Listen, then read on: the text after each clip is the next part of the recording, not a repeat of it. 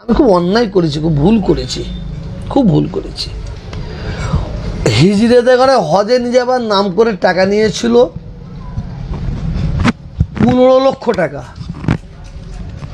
ওর স্ত্রী, ওর বউ অঝরনে কাঁদতে কাঁদতে আমার স্ত্রীকে ফোন করে বলেছিল, মামি একটু মামাকে বাঁচাতে বলুন না, কারণ হিজড়েরা বলেছিল তোকে এখানে মেরে এখানে তোর কবর দিয়ে যাব, যেহেতু আমরা হজে যাব, হজে যাবার টাকা দিচ্ছিস। সেই মহিলাগুলোর বাড়ি হচ্ছে সিঙ্গুর, আজকেও আপনাদের সামনে দাঁড় করাতে পারি। তাদের টাকা আমি দিলাম, সেই টাকা 2 লাখ 1 লাখ দিয়ে দিয়ে এখনও 6 লাখ টাকা আমাকে দেয়নি। যাক,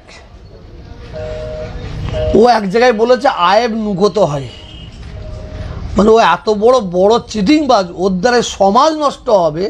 ছোটোখাটো যদি কেউ ভুল করে তার আয়েব নুকোনো যায়, কিন্তু হচ্ছে চিটিংবাজদের কি বলবো, ও হচ্ছে হেডমাস্টার। ওর আয়েব নুকোলে আরও ক্ষতি হয়ে যাবে, কথা বুঝতে পারছেন না? যাক, ওর নিয়ে আমি বক্তব্য দিতে রাজি নই। আপনারা আমার কাছে এসেছেন, দাঁড়ান 1 মিনিট, এসেছেন পীরজাদা। আমি আজকেও বলছি, ফের আপনাদের ভিডিওর মাধ্যমে কি সুন্দর বেনিয়ে বেনে ফের পীরজাদাটা নিয়ে আসার চেষ্টা করছে। আমি আল্লাহর কসম খেয়ে বলছি, আল্লাহর কসম খেয়ে বলছি, ও আমাদের পীর পরিবারের কেউ নাই। ও পীর পরিবার, পীর আবু বকর সিদ্দিক রহমতুল্লাহ আলাইহি, তার আওলাদের আওলাদের আওলাদের আওলাদের কেউ নাই, আমাদের পীর পরিবারে কেউ নাই। ফুরফুরা শরীফে কিছু মানুষ তারা জলসা জুলুস করে, তারা গাড়িতে পীর সাহেব ফুরফুরা শরীফ লিখে রাখে, কিন্তু তারা আমাদের বড় দাদা হুজুরের আওলাদ নেই, বড় হুজুর 5 হুজুরের কারো আওলাদ নেই, এবং তারা আওলাদের আওলাদ কেউ নেই। এরা এইভাবে গাড়িতে, এরা বলবো না, এইভাবে গাড়িতে স্টাম্প রেখে মানুষের সঙ্গে প্রতারণা করে, চিটিংবাজি করে। এ আবার কথা বলছে, আমি অবাক হয়ে যাচ্ছি। এ কথা বলছে, এ তেহার জেলে, তেহার জেলে বন্দি, একে অ্যারেস্ট করে তেহার জেলে ভরা হয়েছে। এটা আমি তো জানিনি, আমি তো আপনাদের নিউজের মাধ্যমে পেয়েছি, পেয়ে দেখলাম যেটা তো আপনার নিউজের মাধ্যমে বলেছে সেটা সত্য কথা বলেছে, ভুল কথা বলেছে। ও আরও চিটিংবাজি করবে।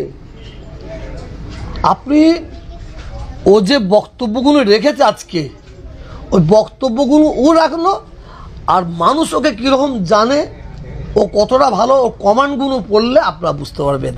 এরপর আমার কিছু বলার নেই, কারণ ওকে নিয়ে আমার বক্তব্য রাখা মানে ওকে আমি প্রায়োরিটি দিচ্ছি আরও। উনি বলছেন আমাকে খুনের হুমকি দেওয়া হয়েছে, খুন করার চেষ্টা করেছে, এবং আমার কাছে এসে আমার কলার ধরে আমাকে মারধর করতে গেছে। কে খুনের হুমকি দিয়েছে না জানি না। হ্যাঁ, আমরা কুকুর বিড়ালকেও মানে আমাদের মানে পিঁপড়েকেও কেউ খুনের হুমকি দেয়নি। আর ওকে কলার ধরে টাকা চাইতে গেছিলো, ওকে একজন কলার ধরেছে, ওর মনে হয় 10-20 জন কলার ধরেছে, খবর নিলে পেয়ে যাবেন। 10-20 জন ওর কলার ধরেছে, এবং ও আর পার্ট 2 করবে। ওকে এখনো মুখ বন্ধ করতে বলুন, যেটা করেছে আল্লাহর কাছে তওবা করে ওকে ভালো পথে চলতে বলুন। ওর কত ল্যাফড়া আছে, সেই ল্যাফড়াগুলো পরে বুঝতে পারবেন আপনারা। বারবার যখন আক্রমণ করছে, কিন্তু সেখানে নাম মেনশন করছেন, আমরা তো নাম নিচ্ছে না, এই ব্যাপারে কি বলবেন? সেটা কিছু ভয় আছে তাহলে, এবং কিছু ভয় আছে যে আমি জুলফিকার আলী সিদ্দিকীর আওলাদ, আমার বাপের পরিচয় আমার দিতে অসুবিধা কী আছে? আমার বাপের পরিচয় আমার দিতে অসুবিধা কী আছে? সে তার বাপের পরিচয় দিতে পারছে না ঠিক মতন কেন? সে বাপের পরিচয় দিয়ে জীবনযাপন করুক না। আমার কথা বুঝতে পারছেন? আস্তে কথা। সে তার বাপের পরিচয়, আমি আমার বাপের, একটা রেস্কওয়ালা সে তার বাপের পরিচয় দিয়ে জীবনযাপন করছে, একটা মুচি সে তার বাপের পরিচয় দিয়ে জীবনযাপন করছে, একটা জন্মজুরি ঘাটে সে তার বাপের পরিচয় দিয়ে জীবনযাপন করছে, তার নিজেকে ধন্য মনে করছে। রেস্কওয়ালা হলে হবে কি? ভ্যান চালালে কী হবে? মজুরি খাটলে হবে কি? তার বাপটাকে সে মহান মনে করে, আর ও অন্য বাপের পরিচয় দিয়ে পীরজাদা শাস্তি কেন? পীরজাদা শাস্তি কেন? হ্যাঁ, চোরের মায়ের গলা বড়। ও কথা বলতে বলতে আপনার লক্ষ্য করেছেন ও জিভ এড়িয়ে যাচ্ছে, দেখেছেন না? দেখ ওকে নিয়ে আমার বলো, আপনার আবার বলাচ্ছেন কেন? ওর সম্পর্কে জানতে গেলে আপনি ফুরফুরা আসলে প্রত্যেকটা মানুষের কাছে যান এবং আশপাশে ওকে সবাই ছেড়ে আপনি কমান্ডগুলো পড়েন না, কমান্ডগুলো পড়লে বুঝতে পেরে যাবেন। বলে জিনিস নাম না করেই বেনামে বলছে 100 কোটি টাকা সম্পত্তি করছে, নামে বেনামে বহু সম্পত্তি করেছে সেই বাবা। দেখেন আমি আপনাকে বলে আপনিও তো বলে এই 500 কোটি টাকার বেনামি সম্পত্তি করেছেন, এটা তো মুখে যে যা পারে বলতে পারে।